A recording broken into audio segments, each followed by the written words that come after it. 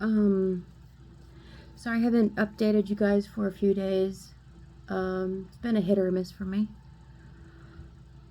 I did film in the car, picking my big kid up from work, but I thought that he came in the car and interrupted, and so I didn't want to have a choppy video, so I just deleted it and decided to record in my office. So Wednesday was a difficult day for me. I had bouts of crying, like this intense, overwhelming, out of the blue tearfulness, like 20 seconds long, of just like this intense, like, wave of grief. Mourning. I think it's mourning is outward expression, where emotions have motion, is mourning. Grief is inward, and for the life of me, I think every day I'm grieving.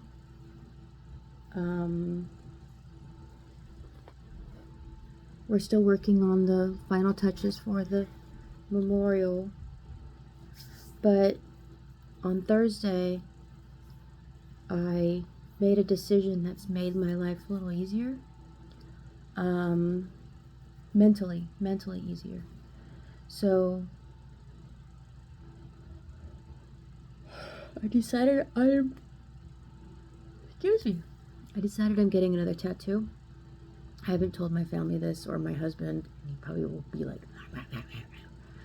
because he's not a big tattoo guy. But I have 2 already, and my tattoos are for me.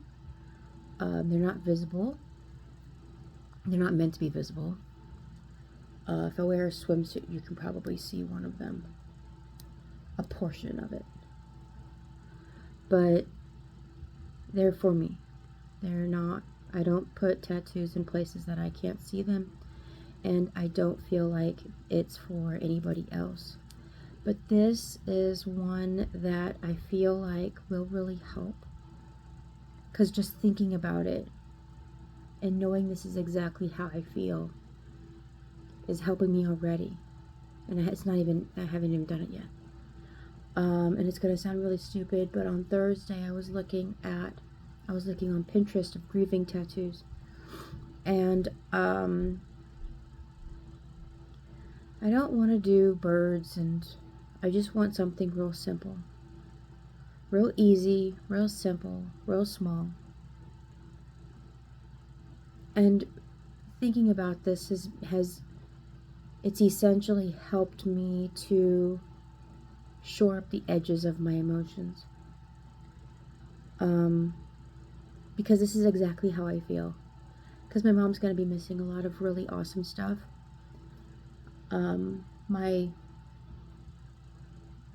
Right here on my wrist, right here, just right here, real small, about that big. On my wrist, I want to put "Wish You Were Here," because she's going to miss a lot of really good shit. She helped raise my children. She taught them. My son's graduating this year. We got his graduation announcements from Jostens in the mail. Wish you were here.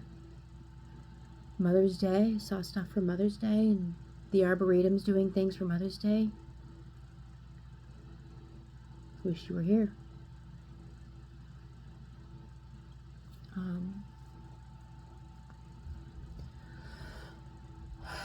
So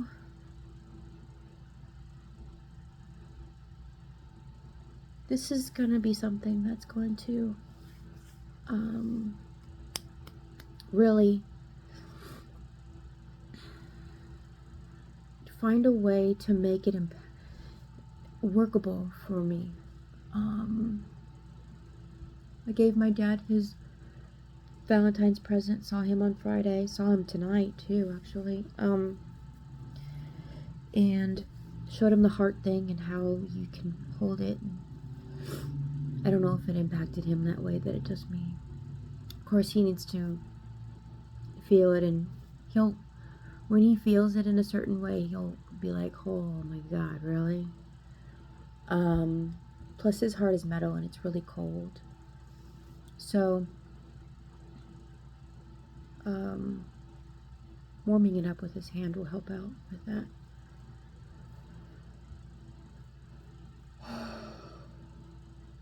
But I have a lot of wish you were here's. And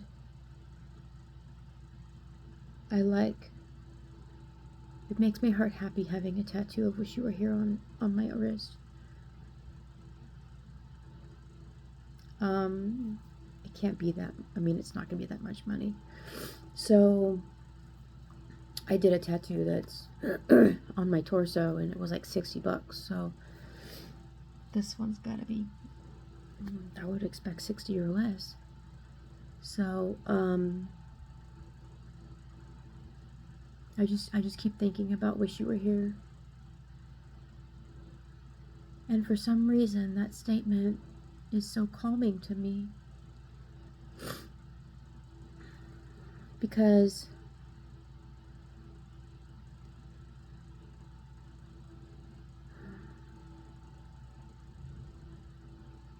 it's recognizing she's not here, and also recognizing that she is.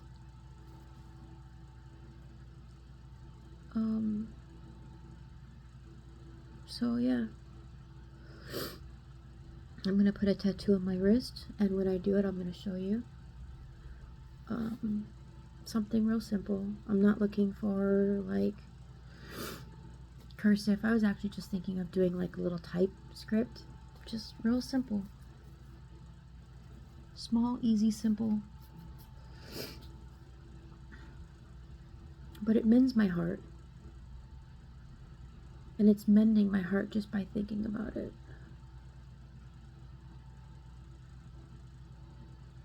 I'm gonna go do that.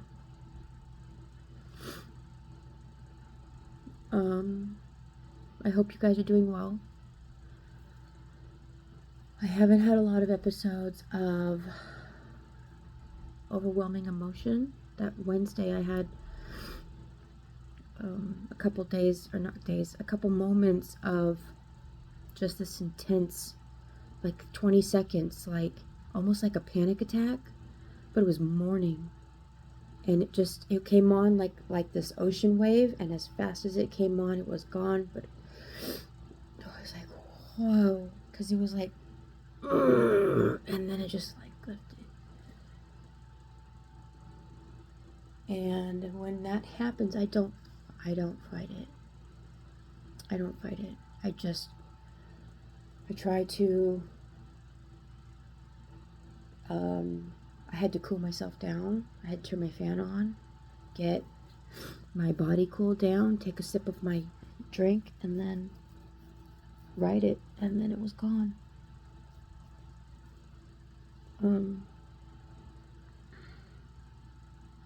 Ultimately, I think this week, Wednesday, was one of the harder days. My supervisor, I haven't really made any eye contact with her since my mom died. And on video, we got on video, and she's like, "How are you?" And I was just like, Wednesday was hard. That was really trying.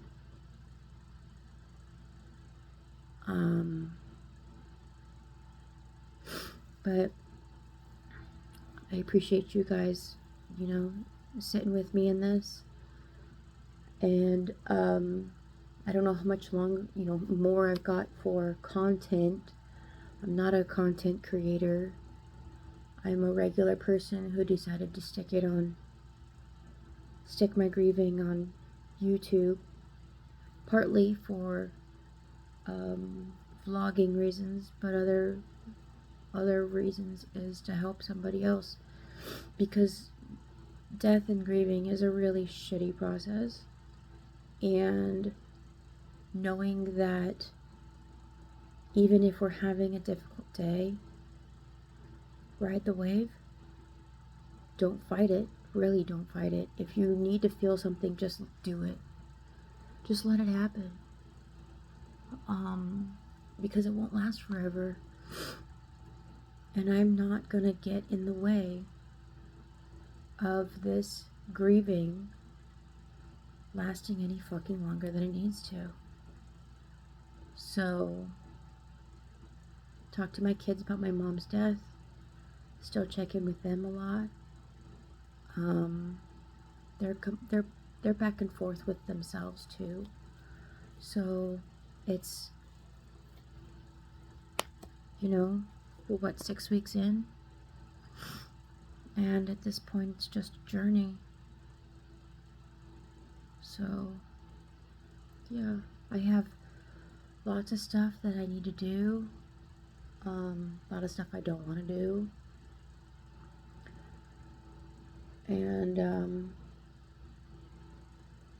tonight, end of last year, my 2 boys are 16 and 17 years old, and end of last year I realized that they're getting older and they don't know how to cook. So I told them that they need to pick one night a week where you're going to make dinner. And I have a menu in my kitchen. I use it to update what we're going to be eating because it helps me and it helps my husband and keeps us on track. And so we know what groceries we have. We're thinking about dinners. We're thinking about stuff that maybe if we don't have the ingredients, we need to go get it. Things like that.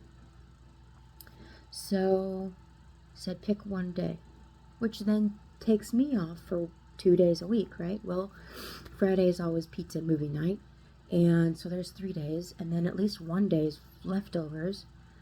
So that's 2 nights. One of them's usually frozen, something frozen. And then I cook one night. After the new year, life got busy, and my mom dying on the 8th, January 8th, them cooking never really happened. So, tonight is my 16-year-old son's night. He chose Saturday night. My other son chose Sunday night. And my husband looks at our son and goes, okay, what's for dinner? I haven't brought it up. It was a big thing that, we need to stay on. And I don't know. I went to the store and got ingredients for beef stroganoff. Because I was at the store and I realized that it's been a long time since we've had that. Long time. Years and years and years. And looked up a recipe for it, checked out the ingredients, like, okay, yeah, whatever. Didn't use the recipe, but just needed to refresh my memory on what to do with it. So, came home, bought the ingredients, came home, and I helped my son make beef stroganoff. I showed him what to do. He did 70% of the work. So tomorrow I'm going to show my bigger son, my 17-year-old, how to make baked macaroni and cheese from scratch. We're going to do a cheese sauce. I'm going to bake it. That'll be good. I'm nowhere in the realm of a good cook. I'm decent, but it did take me 20 years to perfect a meatloaf. So, yeah, my go-to was always, I put irritation in my food. And that's what I always called it, because my eggs there was no love in my eggs. There was no love in my cooking. And as a joke, I would make irritation eggs, which is essentially, which was really true how I made eggs. You know, you do the spray in the pan so it doesn't stick. You crack eggs, and then you mix them and cook them in the eggs, in the pan as scrambled eggs, right? And I would cook them too long. I wouldn't whip them before. I wouldn't mix them with milk. I would cook them with the yolk and the white being separate, and then I would cook them so that they were not runny. So my kids, we always called them irritation eggs because you can taste the irritation in it, which was always a good joke because they were tough eggs and I want my food to fight back. One of the better things that I've perfected right from the start of when I started making it was IDGAF enchiladas. IDGAF, I don't give a fuck enchiladas, and that essentially is where I don't cook the tortillas. I get a pre-cooked chicken, debone it, shred it, tear it apart. Essentially make some kind of looking casserole. You take the enchilada sauce on the bottom, put some sauce on the bottom, meat, cheese, tortillas, right? And you take the uncooked tortillas, corn tortillas, and then you take the enchilada sauce and you pour it on the tortillas, and you kind of squish it down a little bit so it gets covered, and then you just make these like lasagna layers, and you pour enchilada sauce over all of it, stick some foil on it, slap it on the ass. 40 minutes later, you're eating food in the oven, right? And it's truly, I don't give a fuck enchiladas. They're not rolled. There's no love. If you care for that chicken, you're gonna ruin it. The more irritation, the more hatred you can put into it, the better it is. And that was my go-to dinner for IDGAF enchiladas. I like cooking where I don't have to deal with it. I don't want to deal with it. I'm not going to stand there and dice garlic. I'm going to buy diced garlic, you know? So my food is what I always considered like the military, like the army. It'll keep you alive, but nobody wants your recipe. So stroganoff tonight was good. It was really tasty. And I'm glad that we made beef stroganoff. So, you want to try out my IDGAF enchiladas? If you're not nasty talking it and being mean, you care too much. You need to throw it in there, flip it off, 350, fuck you, and then you're done. I had a coworker that I made it for a potluck when I was a drug counselor, and she said, I want to make that. I was like, okay, this is what I do. And she came back and she's like, it didn't work. It was all crusty. I was like, you gave too much of a crap. One of the tricks is to make sure that the best that you can, the tortillas are in the enchilada sauce. So you put it around the top, you kind of move it around, you squish down the edges, and sometimes in the middle around like where the circles are. That is going to make a difference with cooking the enchiladas so that the tortillas, so they don't get, squish them down, squish down the edges so they don't get baked and they're just too tough. But that's about it. That's about it. 2 cans of enchilada sauce is well more than enough for,